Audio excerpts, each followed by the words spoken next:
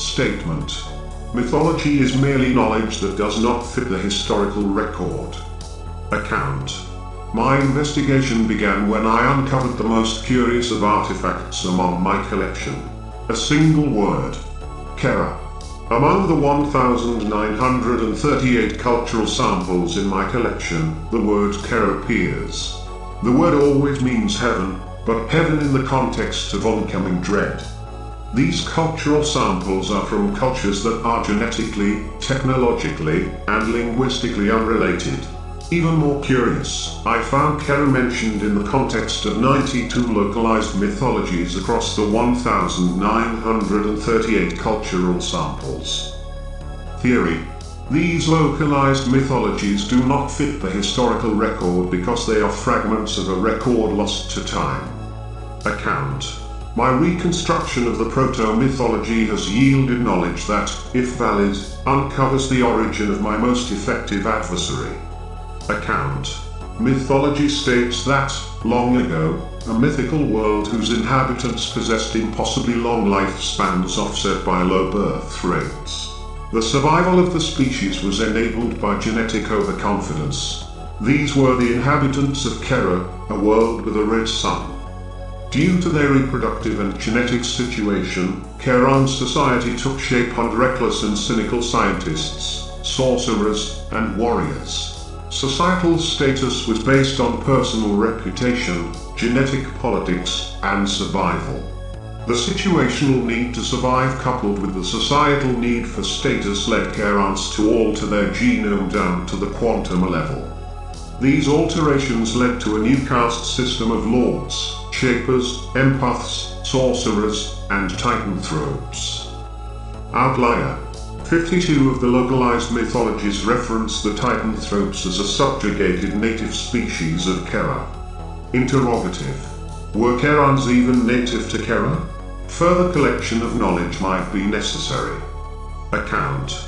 Nearly immortal, checked by low birth rates, and overconfident, the Kerans established a cynical and hubristic warrior society. To nurture this warrior culture, the Kerans transformed placid worlds into hellish landscapes to be tamed. Eventually, the Kerans attempted to subjugate a planet whose people were more than a match for them. The equally mythical Kryptonians whose world had a yellow sun. Facing extinction, the Kerans sought a solution so desperate it threatened to change their society. Crash landing on a crystal planet, the scientists Ra observed how the indigenous crystal creatures absorbed the bodies and traits of invasive species. It was this observation that inspired Ra. With his species on the brink of extinction, Ra proposed the creation of a new Keran subrace. Ra envisioned a new warrior caste capable of reproducing in plentiful numbers. Keran lords were skeptical, even frightened. What was to stop this subrace from changing Keran society? What was to stop enemies from copying this new genome? What was to prevent the new subrace from escaping their owners? Ra thought of everything, or so he thought. Only the most reproductively valuable were chosen to conceive the genome of the new subrace. Ladies Anna, the Zealot and Magistros, the Majestic were chosen to conceive that child. Kenesha. Ra then fed Kenesha's DNA samples to captured crystal creatures. Under controlled conditions, the creatures were reshaped into Kerans so perfect, they were called Kherubim. The first was Sithona, the Nightwing. The second was El, the Flame Bird. Fail-safes were devised to prevent the Kherubim from harming or escaping their creators. Ra wrote a genetic code that would activate Kherubim powers when under yellow sunlight and then deactivate those powers when under a red sun. The shapers included gene sequences to trigger debilitating mutations if the subrace was cloned. The empaths imprinted a vulnerability to telepathic attack.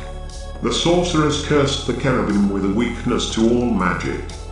As planet shapers, the titanthropes fed only the most vicious flora and fauna to the crystal world to nurture the Kherubim's survival skills. The entire solar system was seeded with a unique radiation that would poison the Kherubim should they attempt to leave. The Titanthropes even installed an artificial ore within the crystal world. This ore would self-destruct, irradiating the planetary debris unless its molecular countdown was reset every 10,000 years. Furthermore, Kherubim were hardwired to obey Charon orders, including stasis mode. Charons could even order Kherubim to become living bombs by having them force yellow sunlight from their bodies. Finally, Kherubim were programmed to never have a word for escape. The Kherubim were successful in annihilating the Duronians.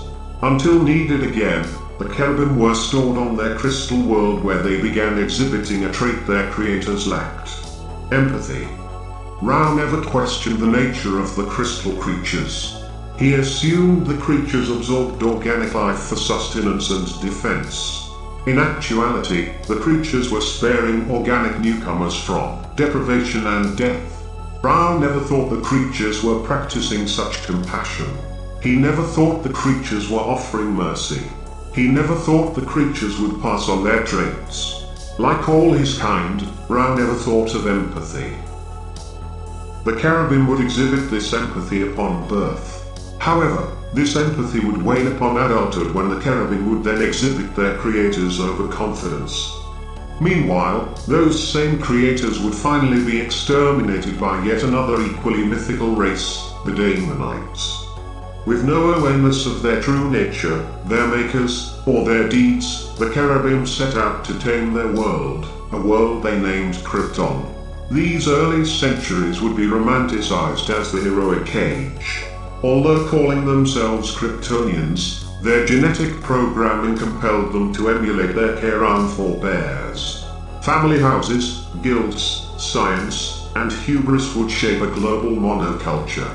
However, their genetic programming and environmental barriers would nurture an isolationism.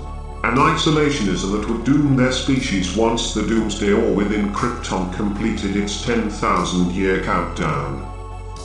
Conclusion. Mythology is knowledge that does not fit the historical record. But mythology, like all knowledge, belongs to Brainiac. And to Brainiac alone.